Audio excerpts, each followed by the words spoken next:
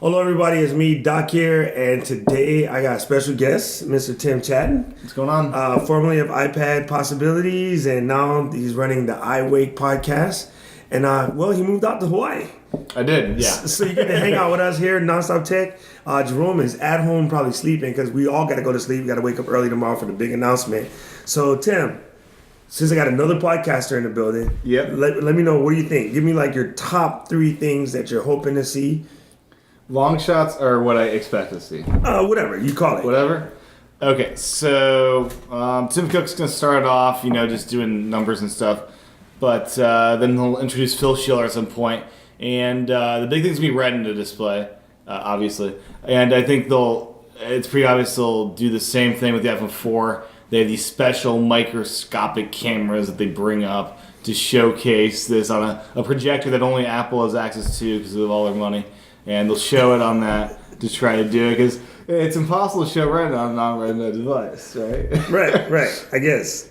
I mean, yeah, that's kind of funny. I mean, they did that last time. All right, what else you got? Okay. I'm curious. This is funny. Okay, so one of the kind of out there, they might not advertise this, but Gorilla Glass 2, I think Apple might be one of the first people to get that, and that may be in this, as well as the camera's probably going to upgrade. But I think a big part of the show tomorrow is going to be 1080p finally in iTunes Store. They'll have this whole section, like this act on video, and how it's so much awesomer on this Retina display. You'll have 1080p. They'll introduce Apple TV 3 with 1080p, and they'll just kind of go off with that. Just better video content available. And they'll, of course, try to make it sound like 720p was, not as good. They like to backslide sometimes. No one needs video in an iPod, that kind of thing. All right, so I'm still up on the fence a little bit about the Retina display. I can see them putting it there because people keep asking for it. Apple normally doesn't exactly just bend to what everyone's asking. They normally figure out what's more plausible. At this moment in time, I'm looking at my iPad 2. I don't really need a Retina display. I won't turn it down, but I don't see the need for it. I think that the invites...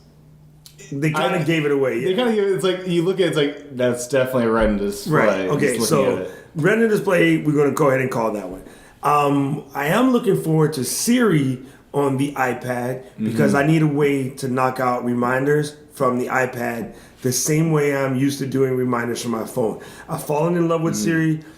You know what? People who say it doesn't work, keep using it. The more you use it, the more it learns, it figures you out, and it does some wonderful things. So Siri for the iPad, a little tie-in with that. But mostly what I really would like to see is AirDrop.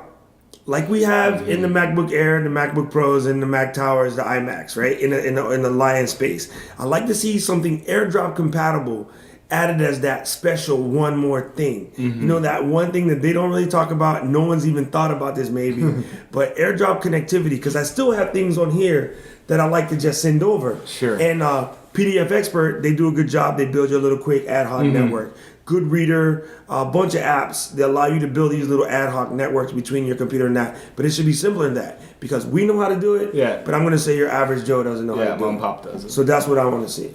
A long shot thing I'm hoping for is we're going to see Bluetooth 4.0 on the iPad, but it just kind of like Thunderbolt. It's out there, but no one's doing anything with it. It'd be amazing if Apple could somehow showcase, they can talk to each other. Like in WebOS, you can. I know WebOS is dead and all that, but the Veer can actually communicate with your touchpad, and you can answer calls on like a speakerphone on your touchpad.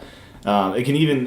It does that over regular Bluetooth. So I'd love to see some kind of interconnectivity, and I think Bluetooth 4.0 might be how they do that. So, yeah. That sounds like a winner. I think another one has always been talked about. I really don't use the camera in my iPad, and however, that's because the front-facing camera is somewhat crappy. The back camera, I don't use it, well, because you look like a Lolo trying to take pictures like this. So I would like to see them do something with the camera, even if it's only for the front. And of course, we all know we're going to get a processor speed bump. I think it's graphics. Graphics. Yeah, I don't think the CPU is fine. Like it's beating the iPhone 4S still. Yes, which yes. is really new. So I mean, that's kind of it. Apple TV. Besides the 1080, anything else you think we're gonna get the apps? Yeah, I'm not sure how they'll do it though, and I'm not sure if they'll.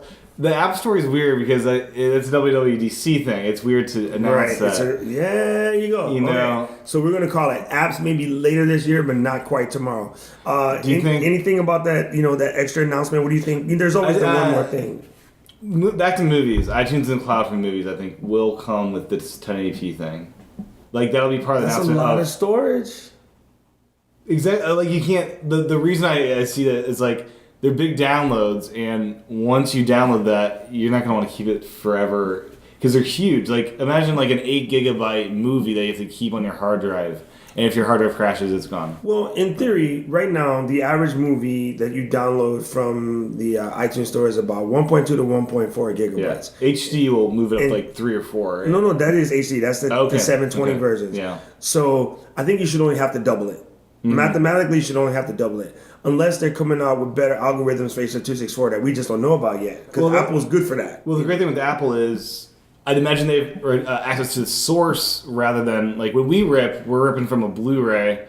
Right. They get the original, like... Right. Yeah, so that might help them with that. Actually, the movie companies are so bad, they probably rip it for Apple and hand it to them. Because they're afraid someone's going to jack it. Yeah. Well, all right. iMovie, scratch that. Movies in the cloud, that's a little tough one because, still we got people struggling with internet speed. Some places here we're okay, some places not so much. As you will find out, welcome to Oahu. Other than that, I think that's about it. Really curious what's going to go on, so don't forget, we'll keep you updated tomorrow. As soon as this stuff comes out, hit us up. We'll be on Twitter. I'm at Doc Rock. That's DOCROCK. How do they find you? I'm at T Chatten, and T and then Chatten, CHATEN. Word. So that's it for Nonstop Tech today. We'll see you tomorrow, hopefully with nice new stuff to talk about. And aloha. Thank you for watching. It's really exciting to see.